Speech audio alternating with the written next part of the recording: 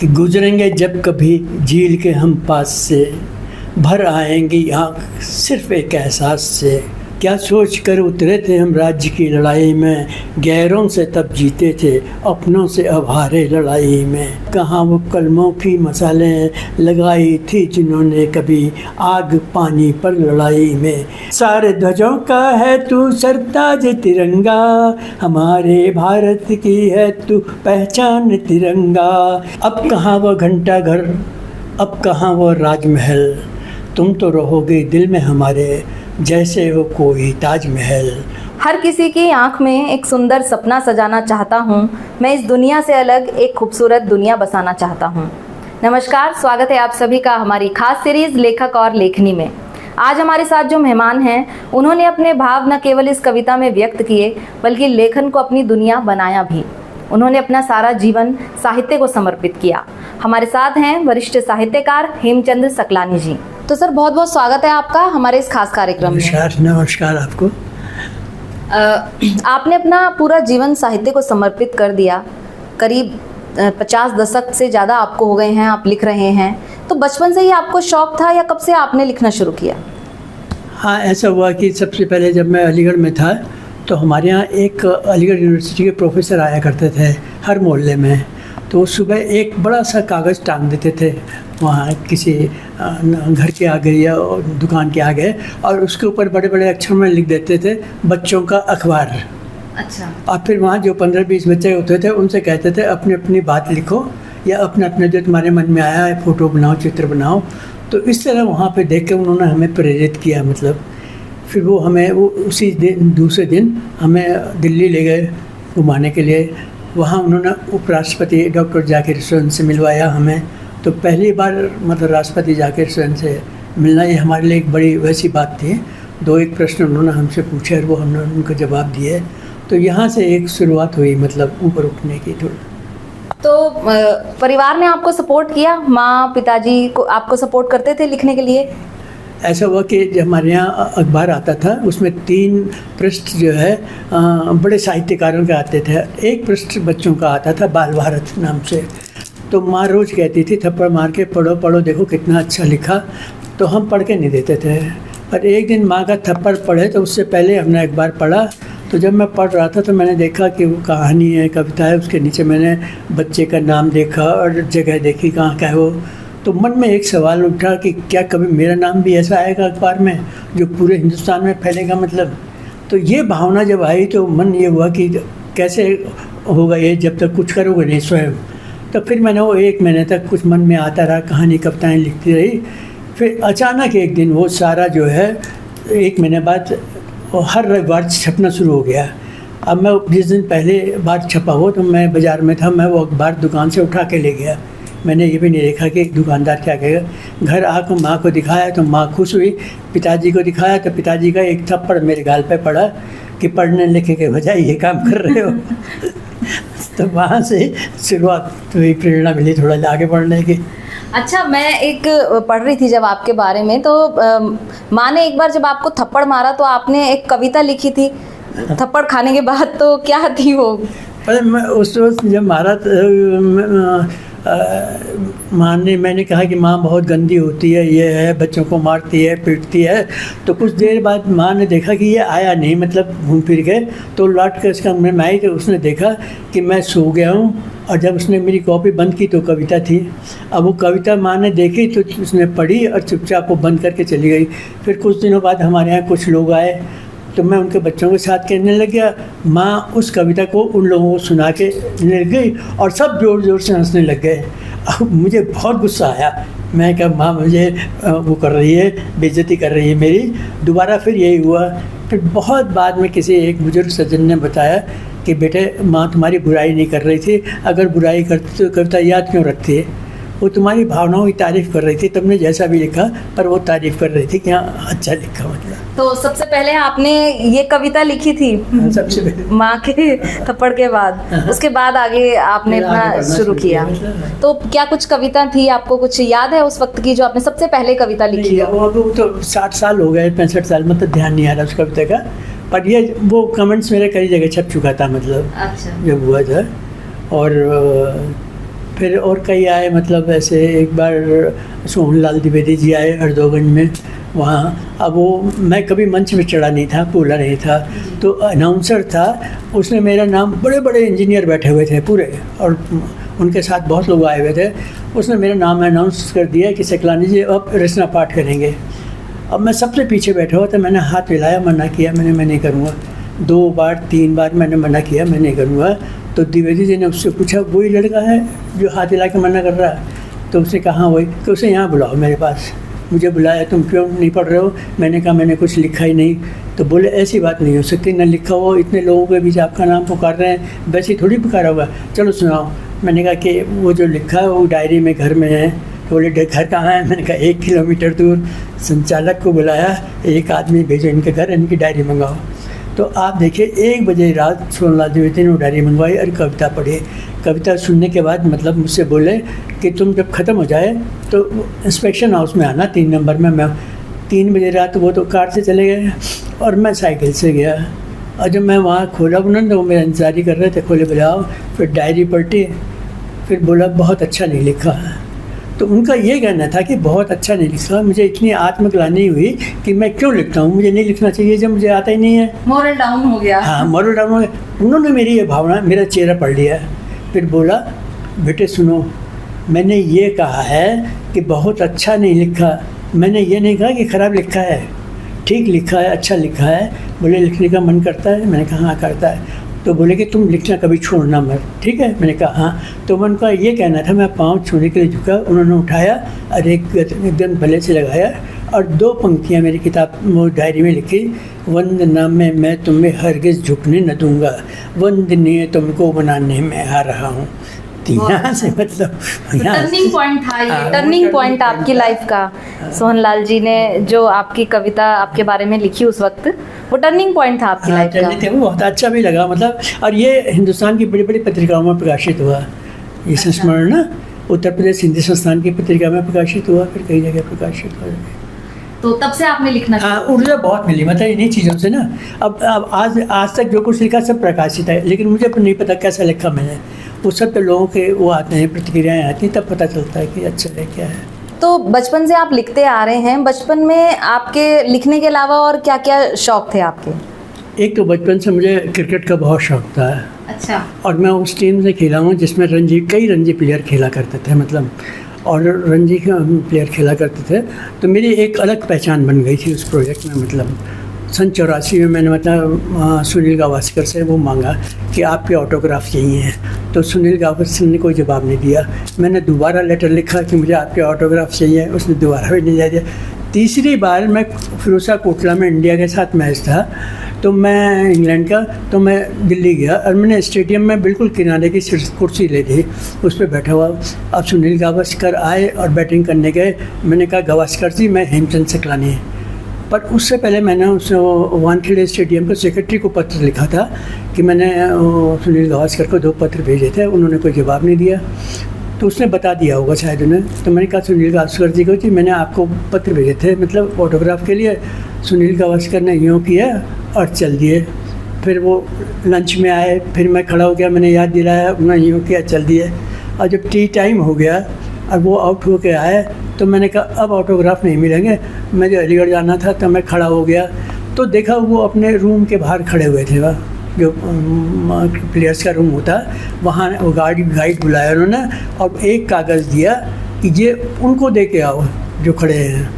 तो वो आदमी आया, मेरे पास बोला सकलानी जी आप हैं? मैंने कहा हाँ। तो उसने मुझे कागज़ दिया, तो सुनील गावस्कर ने अपने सिग्नेचर नहीं, पूरी टीम के अच्छा सिग्नेचर करा के मुझे दिए। तो वो संस्मरण तो मेरा बहुत ही ज़्यादा हो रहा मतलब कि। और लिखने के दौरान, क्योंकि आप जब लिख रहे थे फिर आप जॉब में आए, उसके बाद भी आपने लिखना अपना जारी रखा, तो उस वक्त का कोई किस्सा जो आपको याद हो, जब आपको लगा भी हो कि अब मुझे और अच्छा लिखना चाहिए और आगे भी लिखते रहना चाहिए? असल में ऐसा हुआ कि मसूरी में एक मनोरंजन त्रिपाठी जी थे, वो उसके BSF के कमांडेंट थे। तो उन्होंने जब लगा कि मैं लिखता उखता हूँ, तो उन्होंने कहा कि सकलानी जी मेरी पोस्टिंग कश्मीर में है, श्रीनगर में, आप वहाँ आइए। तो मैंने कहा कि ठीक है आऊँगा मैं। अब जब तैयारी कर रहा था, उससे 1 हफ्ते पहले वो सोफिया कांड हो गया वहाँ, श्रीनगर में ना भयंकर वो हो गया वहाँ पे। अब मैंने कहा जाऊँ नहीं जाऊँ, मैंने मैसेज भेज दिया मैं कैंसिल कर रहा हूँ, मतलब वहाँ कांड हो गया। तो फिर मनोरंजन त्रिपाठी जी का मैसेज आया, आप चिंता मत करो, आप आ जाओ पठानकोट में, मेरे आर्मी के लोग आपको ले लेंगे ट्रेन से। और उन्होंने वहाँ से लिया। फिर वहाँ से मैंने पूरे मतलब द्रास, कारगिल, लेह लद्दाख, पैंगोंग झील जहाँ चीन का अटैक हुआ था वहाँ तक की यात्रा की। तो मैंने वहाँ सैनिकों का जीवन देखा, किस तरह बर्फ़ में वो बैठ के जीवन यापन करते हैं। मतलब कि चांगला ग्लेशियर में तो 24 घंटे उनका स्टोव जलता है, क्योंकि वो पानी जम जाएगा और चीज़ें जम जाएंगी। तो ये सारी चीज़ें जब मैंने की, मतलब पूरा उस यात्रा वृत्तांत में लिखा, तब उस यात्रा वृत्तांत पर मेरा भारत सरकार का प्रथम पुरस्कार मिला। जब मुझे फ़ोन आया तो मैं चिंतित उठा, ये गलत तो मिल गया, नहीं मिला। तो मैंने वापस वहाँ फ़ोन किया कि मैंने कहा क्यों, किस कारण दिया। तब उन्होंने बताया कि आपने इस तरह रेखा चित्र किया पूरा सैनिकों के जीवन का, किस तरह वो जीवन यापन करते हैं, दूसरी तरह हम किस तरह आराम से रह रहे हैं। तो इस बात पे उन्होंने वो उसको प्रथम पुरस्कार मिला था। तो संस्मरणों की तरफ झुकाव आपका, पहले आप कविताएं लिखते थे, फिर संस्मरण लिखे आपने, तो इस तरह से शुरुआत हुई। कविता लिखी, फिर उसके बाद ये आया। और एक और तो आपको बताऊँ कि उसका मेरी कहानी को एक दो उपन्यासों को वही सैनिकों पे प्रथम पुरस्कार मिला। मतलब बम्बई में उस दिन रमाकांत सागर जो है रामायण के, वो निशंक जी की पुस्तक का लोकार्पण कर रहे थे। अच्छा, इसमें खासियत ये थी कि जितने भी कहानियाँ मंगाई गई थी उसमें आपका कोई नाम नहीं होना था, कोई एड्रेस नहीं होना था। तो 70 कहानियाँ मंगाई गई थी। और रात को जब वो कार्यक्रम चल रहा था तो 10 बजे करीब मुझे फ़ोन आया कि आपकी कहानी को प्रथम पुरस्कार मिला। मैंने कहा हैं मुझे मिला? बोले हाँ आपको मिला। फिर निशंक जी ने बधाई दी। तो दूसरे दिन मैंने सुबह आयोजक को फ़ोन किया, यार क्या कारण था ऐसा जो कहानी को पुरस्कार मिला। तब उसने बताया कि आप उसमें जो प्रश्न उठाया था मैंने कि सीमा की रक्षा तो सैनिक कर लेंगे, लेकिन हमारे देश के अंदर जो अन्याय, अत्याचार, धरना प्रदर्शन, गुंडागर्दी और हत्याएं, बलात्कार हो रही, इनसे हमारे देश के आम आदमी की रक्षा कौन करेगा। इस प्रश्न को जो मैंने उठाया, इस पे वो प्रथम पुरस्कार मिला। कहानियाँ भी लिखी आपने, कविताएं, कहानी, संस्मरण सभी लिखे। तो पहली कविता आपकी कौन सी थी जो आप जब प्रकाशित हुई? क्योंकि पहली बार जब हमारा कोई लेख छपता है तो उसकी खुशी ही अलग होती है। तो वो सबसे पहली कविता क्या थी? वो थी, किताबों के ऊपर लिखी थी मैंने कि भविष्य को देख के चलता हूँ मैं, एक दिन पूछोगे तुम क्या होती किताबें। मतलब अच्छा, अब जो है लोग किताबें अलमारियों में सजाते थे। अब बड़े बड़े राइटर जो हैं उनकी किताबें बहुत महंगी होती हैं, वो जाके लाइब्रेरी में सज जाती, कोई नहीं पढ़ता। मैं अब स्कूलों में जाता हूँ तो बच्चों को यही पढ़ाता हूँ, किताबें पढ़नी चाहिए, उससे ज्ञान मिलता है और हमारी बुद्धि में वो सुधार होता है। अगर हम पढ़ेंगे लिखेंगे नहीं बुक्स तो हमें नए चीज़ों का ज्ञान कैसे होगा। इसीलिए यात्रा वृत्तांत का क्या मुख्य उद्देश्य है कि हर कोई घूमने नहीं जा सकता है, नहीं, और केवल देखने से नहीं होता, हम उस पर लिखना भी चाहिए, अध्ययन भी करना चाहिए। मैं जहाँ जहाँ गया वहाँ का इतिहास का भी अध्ययन किया, वहाँ की प्राकृतिक पर्यावरण संस्कृति का भी अध्ययन किया, तो उससे एक नया रूप मिल जाता है उनको। तो ये घुमक्कड़ीपना आपके अंदर पहले से था या फिर आपने लिखना था इस वजह से आप घूमने निकले? सबसे पहले बताओ आपको क्या हुआ था। हम जब मैं क्रिकेट टीम में था ना, तो एक हमारे बड़े अधिकारी थे, वो हमारे कैप्टन थे, बहुत बड़े अधिकारी थे, वो कैप्टन थे। एक दिन 5 बजे मेरे पास ऑफिस में आए, बोले शाम को 10 बजे पिकनिक पे चलना है, रात को 10 बजे। अब रात को 10 बजे पिकनिक पे सुन के हालत ख़राब हो गई। मैंने कहा मेरी तबीयत नहीं ठीक है। उनका तबीयत कुछ नहीं है, तैयार रहना, 9:30 बजे लेंगे तुम्हें। अब वो सब जो है 9 बजे ऐसा हुआ कि भयंकर आंधी तूफान आया, बारिश। तो मैंने कहा अब तो इनका प्रोग्राम कैंसिल हो गया। मैं आराम से लेट गया। भाई 9:30 बजे थे कि दर दरवाजे पे पूरी टीम आके मतलब कि चलो उठो चलो। तो उठ को पकड़ के मुझे ले गई। वहाँ स्टाफ बस जाती थी, स्टाफ बस वालों ने देखा पूरी टीम जा रही, बोले कहाँ जा रहे हो? तो उनका कहा पिकनिक में। बोले रात को इस तूफान में पिकनिक में। उसी में पिकनिक में हम वहाँ राजघाट पहुँचे। अब राजघाट पर किसी टैक्सी वाले ने मना कर दिया, सारे तांगे वालों ने मना कर दिया, इस बारिश में हम कैसे जाएँ। तो हमारे कैप्टन ने कहा, अब अधिकारी था वो, उसने कहा ये सब पैदल चलेंगे। अब 8 किलोमीटर पैदल गए और वहाँ जाके बैठे खेले कूदे, मतलब फिर नरोरा परमाणु पावर हाउस देखने गए और फिर रात को लौट के आए। तो किसी को विश्वास भी नहीं हुआ कि इस आंधी तूफान में हम गए होंगे वहाँ। तो पहुँचे वहाँ तक? पहुँचे और स्वयं मेरी माँ को नहीं विश्वास हुआ कि हम आए वहाँ से। तो ओके। ऐसे आपने संस्मरणों की तरफ अपना झुकाव किया कि आपको संस्मरण लिखने हैं। नहीं तो उसका मैं बताऊँ जो आपको एक और बता रहा हूँ कि दिल्ली बम्बई में एक कवि सम्मेलन था बहुत बड़ा, हेमंत पांडे वगैरह, सुधीर पांडे वगैरह सब आए हुए थे। तो जब कविता उससे एक हफ्ते पहले पहुँच गया था मैं, उन्होंने बुलाया था। तो वहाँ सारे जो पर्वतीय क्षेत्र मूल के लोग थे वो मुझसे पूछते रहे, सकलानी जी वहाँ यमुना कैसी है, गंगा कैसी है, विकास नगर कैसा है, उत्तरकाशी कैसा है, हमारा गांव कैसा, सब मुझे पूछते रहे। तो मेरे मन में ये आया, ये वर्षों से यहाँ रह रहे हैं, अब पूछ अपने गांव की बात नहीं है। तो उनका जो पूछने का तरीका था उसमें रातों रात मेरे मन में एक कविता जन्म ली। ये लोग यहाँ रह रहे हैं, पूछ वहाँ कर रहे हैं। और वो कविता मैंने वहाँ सुनाई, उसका बड़ा अच्छा रिस्पांस मिला। और हेमंत पांडे जी ने मुझे फिर वहाँ अपनी की पुस्तक के लोकार्पण पर बुलाया। वो थे मेरे दोस्त तू आया है मेरे पहाड़ से, मेरे दोस्त तू आया है मेरे पहाड़ से, तू कुछ और नहीं मेरे पहाड़ की बात कर, नदी की तलहटी या शिखर पर बसे किसी गांव की बात कर। तो इस रचना को मैंने उसी दिन लिखा, मतलब कि इन लोगों की भावना ऐसी है। वो काफ़ी उसका अच्छा रिस्पॉन्स मिला। फिर मैं यहाँ आया, मतलब देहरादून में कवि सम्मेलन था, तो वहाँ मुझसे कविता पढ़ने को कहा गया, तो मैंने वही कविता पढ़ी। तो एक बुजुर्ग, जब मैं कविता पढ़ के नीचे उतरा, एक बुजुर्ग ने आकर मुझे एकदम से गले से लगाया कि बहुत अच्छा पढ़ी, बहुत अच्छी। अब मैं परेशान हो गया, ये कौन सज्जन है। मतलब मैंने लोगों से पूछा ये कौन सज्जन है, तब उन्होंने बताया ये हुल्लड़ मुरादाबादी हैं। अच्छा।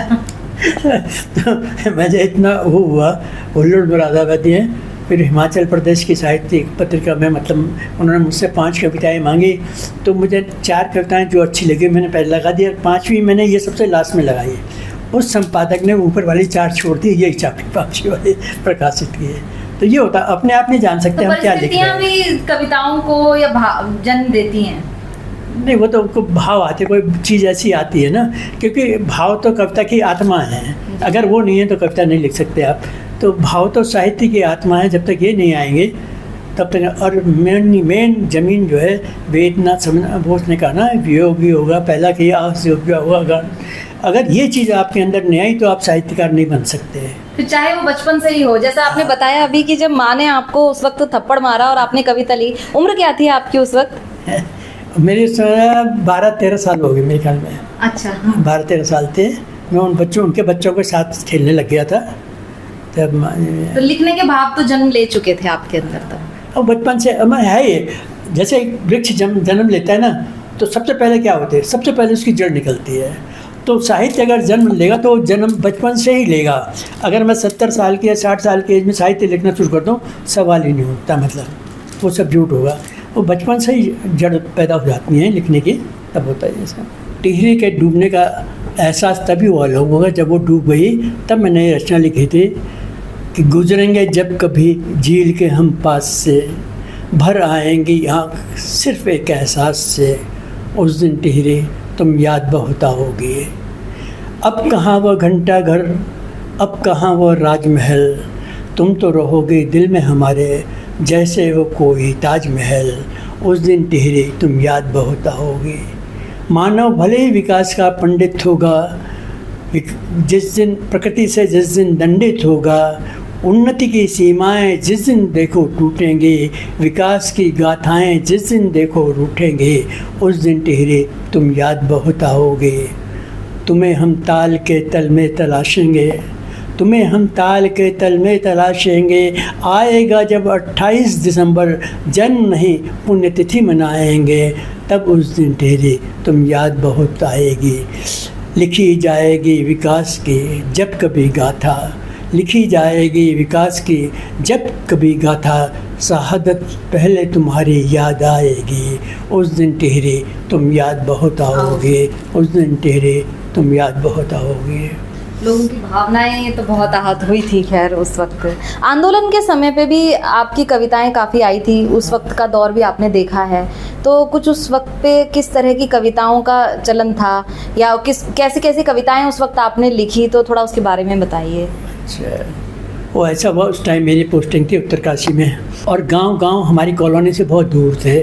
तो जब आंदोलन चल रहा था मेरे पास बहुत से लोग आए कि इस आंदोलन का नेतृत्व आप भी करो, मतलब तो चलो हम भी चलते, रोज़ रैलियाँ वैलियाँ निकालते हम, तो घूमते। एक दिन मेरे साथ ब्लॉक प्रमुख थे बिष्ट जी, उन्होंने कहा आंदोलन में जब जुलूस निकल रहा था सिकलानी जी, ऐसा करो कुछ कि ये यादगार बन जाए।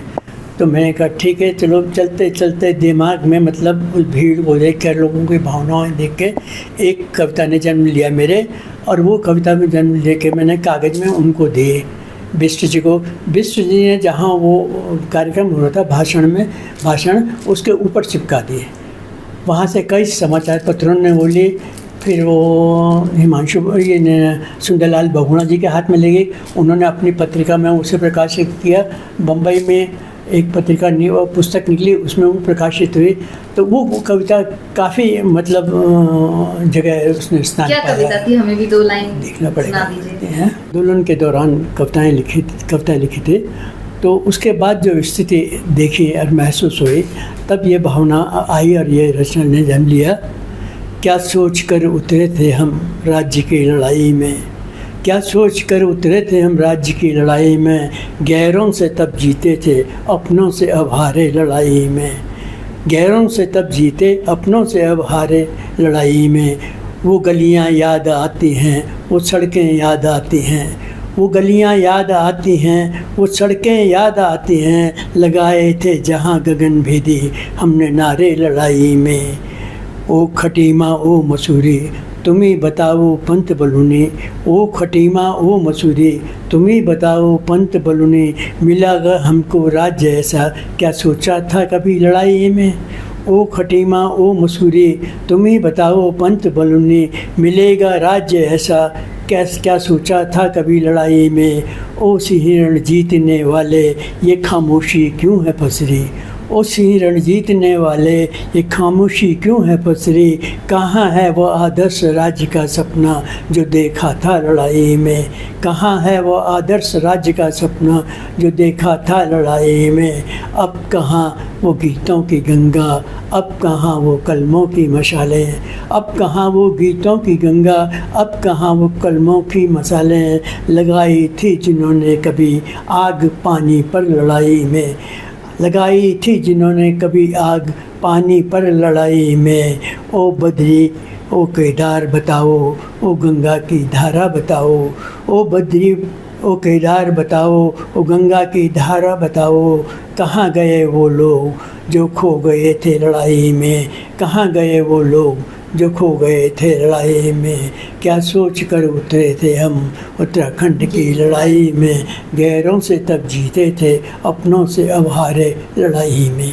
रजत जयंती वर्ष मना रहा है इस बार, और आंदोलन के दौरान की ये आपने कविता सुनाई हमें, तो आपने वो दौर देखा भी है, तो क्या लगता है कि जनमानस की जो भावनाएं थी उसके अनुरूप ये राज्य अभी है 25 वर्षों में?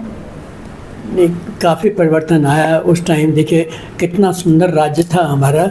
अब इतने ज़्यादा मतलब योगी जी ने जो डंडा चलाया उत्तर प्रदेश में, सब लोग भाग के यहाँ आ गए। अब सड़कों पर निकलना मुश्किल हो गया। उस टाइम पे सड़कों पे मुझे याद था 65 में जब गुजरता था, भाई जी का शब्द सुनाई देता था, तो बड़ा अपनापन लगता था। जब यहाँ मैं बस स्टैंड से कोलागढ़ जाता था चाय बगानों के बीच में से, तो मतलब बड़ा अच्छा दृश्य नज़र आता था उस टाइम पे। तो अब वो सब चीज़ें कहाँ है, भीड़ भाड़ इतना आ गया, इस चीज़ पे हमने कभी ध्यान नहीं दिया, जबकि हिमाचल ने इस पे बहुत ज़्यादा मतलब कंट्रोल रखा। हिमाचल ने अपनी सुंदरता को आज भी कायम रखा। आज हम विकास नगर में देहरादून में निकल नहीं सकते सड़कों पे आसानी से। हर मुद्दे पर आपने लिखा है, केवल प्रकृति ही नहीं, देशभक्ति हो या फिर यहाँ के जन आंदोलन हो या फिर कविताओं में आपकी अलग ही एक झलक दिखती है। आपने उत्तराखंड की विरासत के बारे में भी बहुत लिखा है, कई किताबें उसकी आई हैं, तो किस विषय पर आपने लिखा उत्तराखंड की विरासत में?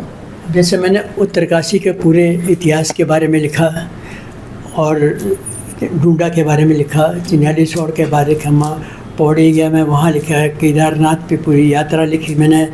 गौमुख गुफा में जब हम गए थे बता रहा हूँ, तो वहाँ उस दिन वहाँ राष्ट्रपति वेंकटरमण आए हुए थे। अच्छा। तो हमारे 12 लड़कों का ग्रुप जो था वो सबका हुआ कि स्कूटर मोटरसाइकिल से हम गंगोत्री तक गए। आप रात में पिकनिक गए थे जब? हाँ। अच्छा। तो वहाँ गए हम गंगोत्री तक मोटरसाइकिल से गए। गंगोत्री में मोटरसाइकिल पंचर हो गई है एक मोटर में, तो वहाँ पे हर्सिल जिसमें अभी तबाही मची, वहाँ किसी यहाँ ने हमें बताया कि वहाँ आर्मी का बेस कैंप है, वहाँ पे मोटरसाइकिल ठीक हो जाएगी। तो वहाँ जाके हमने वो मोटरसाइकिल दी और कहा इसे, उन्होंने कहा कि इसे कल ले जाइएगा। फिर हमने वहाँ से पैदल यात्रा शुरू की, वहाँ की गौमुख गुफा की, एक दिन में 38 किलोमीटर। तो भोजवासा जब हम लोग पहुँचे तो 1991 में तो पगडंडी सड़क कुछ नहीं थी, बहुत बुरा हाल था। मतलब खैर किसी तरह हम गए। भोजवासा के बाद हम लोगों की हिम्मत जवाब दे गई, क्योंकि पत्थर ही पत्थर थे, मतलब कुछ था ही नहीं था।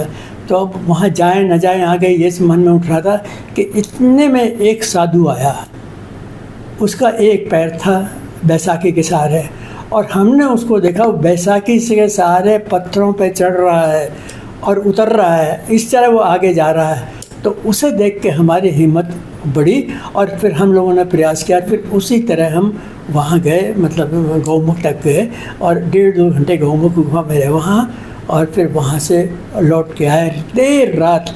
मतलब जब हम आ रहे थे 5-6 किलोमीटर गंगोत्री रह गया था तो कुछ दिखना बंद हो गया था, लाइट में तो थी नहीं। तो हम झाड़ियाँ पकड़ पकड़ के, पत्थर चट्टान पकड़ पकड़ के तक गंगोत्री तक आए थे। मतलब तब यात्राएं बहुत कठिन होती थी। हाँ, तब काफ़ी वो थी पर हो गई। उस दिन वेंकट रमन आए हुए थे तो कमरे में नहीं मिले हमें, एक कमरे में 12 लोग रहे हैं, मतलब कोई जगह नहीं, सोए हैं, सब बैठे रहे। मतलब तो कितनी किताबें अभी तक आपकी अलग अलग विषयों पे आई हैं? इसके कितने संस्करण आए हैं अभी तक मेरे 18 किताबें आ चुकी हैं। 7 तो यात्रा वृत्तांत आए हैं और 3 कहानी संग्रह हैं, 2 टिहरी पे कविताएं हैं और 3 कविता संग्रह वैसे हैं। एक कविता संग्रह है मेरा देशभक्ति का, ये रखा हुआ। तो एक ये कविता संग्रह है मेरा जो लहराए तिरंगा, इसमें सारे देशभक्ति के गीत हैं और इन सबको स्वरबद्ध किया है जिसने 2020 के सारेगामा का टाइटल जीता, इशिता विश्वकर्मा ने। अच्छा। इसने पूरी उसकी सीडी बनाई है और इसकी एक सीडी बनाई राष्ट्रपति पुरस्कार से सम्मानित चंद्रिका त्रिपाठी जी मसूरी की। तो वो पढ़ाती थी ना, मसूरी में पढ़ाती थी ना, तो उन्होंने सारे बच्चों से इसकी सीडी बनाई और कई जगह उसका प्रदर्शन किया उस इन गीतों का। तो ये 5 वो लिखे मैंने। एक उत्तराखंड की जलधाराओं पे पूरी, मतलब जहाँ जहाँ से गुजरा मैं वहाँ की जलधाराओं को मैंने नोट किया और उन पे एक पुस्तक लिखी, मतलब ये था। और 2-3 संपादन किए, एक डेरे की कविताओं का संपादन किया और 7-8 मतलब पत्रिकाओं का संपादन किया। गढ़वाल सभा की स्मारिका का संपादन किया 5 का और 3 उत्तराखंड पावर इंजीनियर एसोसिएशन के पत्रिका का संपादन। तो इसमें से हमें कुछ सुना दीजिए, लहराए तिरंगा जी। गा के सुना, वैसे गा के सुना दीजिए। हाँ। लहर लहर अंबर पर लहराए तिरंगा, लहर लहर अंबर पर लहराए तिरंगा, फहर फहर धरती पर फहराए तिरंगा, रंग बिरंगे रंगों ने सजाया जिसको, वही तो है हम सबका प्यारा तिरंगा। रंग बिरंगे रंगों ने सजाया जिसको, वही तो है हम सबका प्यारा तिरंगा। जिसकी छाया में हम सब आज़ाद हुए, जिसकी छाया में हम सब आज़ाद हुए, हमारे सपनों का है वह अरमान तिरंगा। लहर लहर अंबर पर लहराए तिरंगा, हमारे शौर्य शांति समृद्धि का परचम, हमारी आन बान शान है तिरंगा। हमारे शौर्य शांति समृद्धि का परचम, हमारी आन बान शान है तिरंगा। लहर लहर लहराता जब अंबर पर, लहर लहर लहराता जब अंबर पर, हम सब का तन मन तब हो जाता तिरंगा। लहर लहर अंबर पर लहराए तिरंगा, तुझ में बसी हुई है हम सब की जान, तुझ में बसी हुई है हम सब की जान, तू ही हमारा है स्वाभिमान तिरंगा, धरती पर लहराए या लहराए आसमान में, धरती पर लहराए या लहराए आसमान में, भारत का तू ही है यशोगान तिरंगा, लहर लहर अंबर पर लहराए तिरंगा, सारे ध्वजों का है तू सरताज तिरंगा। यूएन के अगर आप बिल्डिंग देखें ना, सारे दुनिया के झंडे टंगे हुए उसमें, सबसे ज़्यादा सुंदर हमारा तिरंगा लगता है वहाँ पे। सारे ध्वजों का है तू सरताज तिरंगा, हमारे भारत की है तू पहचान तिरंगा, आए जब अंत समय है यही कामना मेरी, आए जब अंत समय है यही कामना मेरी, मेरे सब पर हो बस तब परिधान तिरंगा, मेरे सब पर हो बस तब परिधान तिरंगा, लहर लहर अंबर पर लहराए तिरंगा। लिखने का जुनून आपके अंदर बचपन से ही था और अब स्वास्थ्य कारणों से भी आपने बीच में थोड़ा सा ब्रेक लिया। कई बार आप जब यात्रा वृत्तांत लिखते हैं या यात्राओं पर जाते थे, उस वक्त की यादें आपको कहीं ना कहीं उस वक्त भी आपके मन में रहती होंगी कि मुझे फिर जाना चाहिए। 2 बार बाईपास सर्जरी होने के बाद भी आपने अपनी यात्रा पूरी की, वो क्या किस्सा था? ये असल में एक पूरा साहित्यिक ग्रुप जा रहा था यूरोप की यात्रा पे, तो मेरा भी जाने का मन हुआ, मैं भी चल दिया। तो जब हम स्विट्ज़रलैंड पहुँचे तो वहाँ ये हुआ कि जंगफ्रो ग्लेशियर है और माउंट टिटलिस ग्लेशियर है, मतलब जो आल्प्स की पहाड़ियाँ हैं उन पर है ये। तो सुबह ये आदेश हुआ कि इस पूरा ग्रुप चलेगा वहाँ। तो हम लोग पहले बर्फ़ की सुरंगें हैं काफ़ी अंदर तक, तो वहाँ गए, वहाँ तक गाड़ी से गए वहाँ उतरे तो एक बड़ा हॉल था, मतलब बर्फ़ का, बर्फ़ ही बर्फ़ थी, बर्फ़ की मूर्तियाँ वहाँ बनी हुई थी सब। तो वहाँ जब गए तो उसके बाद जो है सबको वहाँ घूमने, इधर उधर घुमा हुआ है। अब जब मैंने खिड़की से देखा तो वहाँ बाहर जो है जंगफ्रो में भयंकर आंधी चल रही, तूफ़ान चल रहा था, कुछ दिखाई नहीं दे रहा था, सिर्फ बर्फ़ का तूफ़ान दिखाई दे रहा था और सामने बस धुंधला सा स्विट्ज़रलैंड का झंडा दिखाई दे रहा था और दूर एरोनॉटिक लेबोरेटरी थी, उसके कुछ स्ट्रक्चर दिखाई देते स्टील के। अब वहाँ हॉल से कोई बाहर नहीं निकला। अब जब मैं वहाँ तक पहुँचा तो मेरे मन में एक बात आई कि जब यहाँ तक आ गया और मेरे हार्ट के सारी पल्स नॉर्मल हैं, तो मैंने कहा कोशिश करूँ मैं। तो मैंने दरवाज़ा खोल के बाहर जाने की कोशिश की, सब ने मना किया, 50-60 लोग थे, कोई नहीं निकला कि मत जाओ मत जाओ। तो मैं गया 10-15 कदम गया तो उस तूफ़ान में मैं गिर पड़ा। फिर मैं लौट के आया, 5-7 मिनट रुका, फिर मैं गया, फिर मैं गिर पड़ा। जब 2 बार मैं गिर पड़ा तो मैंने तीसरी बार सोचा कि नॉर्मली लग रहा हूँ, सब कोई परेशानी तो हो नहीं रही। मैंने फिर आगे कदम बढ़ाए तो फिर जैसे ही मैं गिरा वैसे ही एक आदमी दूर कहीं खड़ा था, धुंधला सा, वो आया मेरे पास भागते हुए।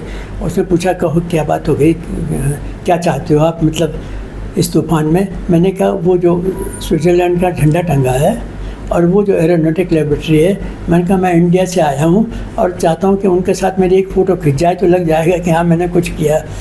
तो उसने कहा ऐसा आप नहीं जा पाएंगे इतने तूफ़ान में गिरते पड़ते, आप ऐसा करो मुझे कस के पकड़ो और मैं आपको कस के पकड़ता हूँ और फिर धीरे धीरे चलते हैं। तो तब धीरे धीरे करके 100 कदम पे हम चले। फिर उसने मुझे वहाँ खड़ा किया झंडे के पास स्विट्ज़रलैंड के, और उसने मेरी फ़ोटो खींची ऐसे ही वहाँ पे एरोनॉटिक लेबोरेटरी में।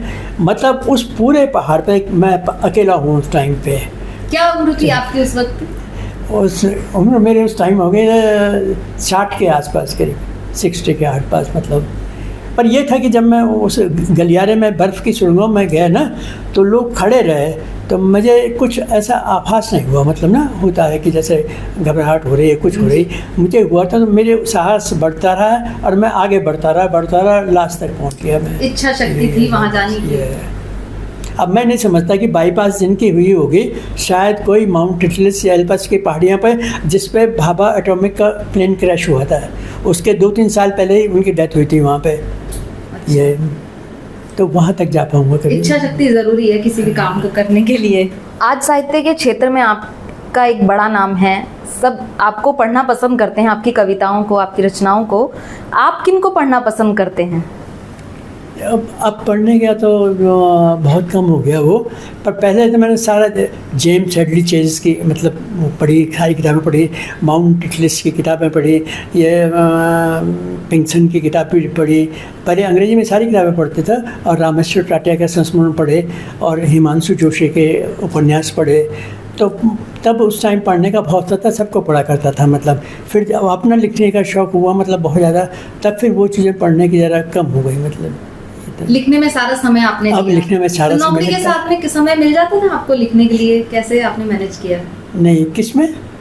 नौकरी के साथ में आपने लिखने के लिए नहीं, कैसे मैनेज किया? ऐसा होता है। मैं स्टार्टिंग होता हूँ सन 69 में मेरे फादर एक्सपायर हुए, मतलब उस टाइम मेरा इंटर का रिज़ल्ट भी नहीं निकला था।